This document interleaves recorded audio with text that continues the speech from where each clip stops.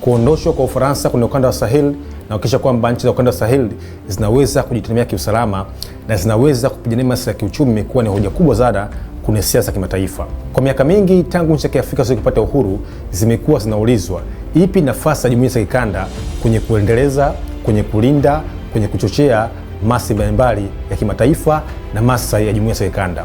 Ukanda wa Sahel ukiongozwa na Mali, Burkina Faso na Niger wameweza kujenga ushirikiano mpya wa kibiashara, ushirikiano mpya wa kiusalama, lakini sana namna gani mataifa haya yanaweza kulinda na kuendeleza maslahi yao ya kijeopolitiki.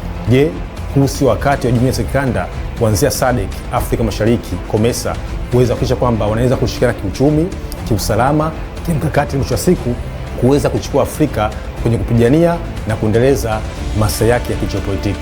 Maana ni kwamba ukanda wa Sahel wakina Burkina Faso, Mali, Assimi Goïta, Mohamed Tishan wamekuwa wakiendeleza na kuchochea taswira mpya kwenye siasa hizo za kimataifa.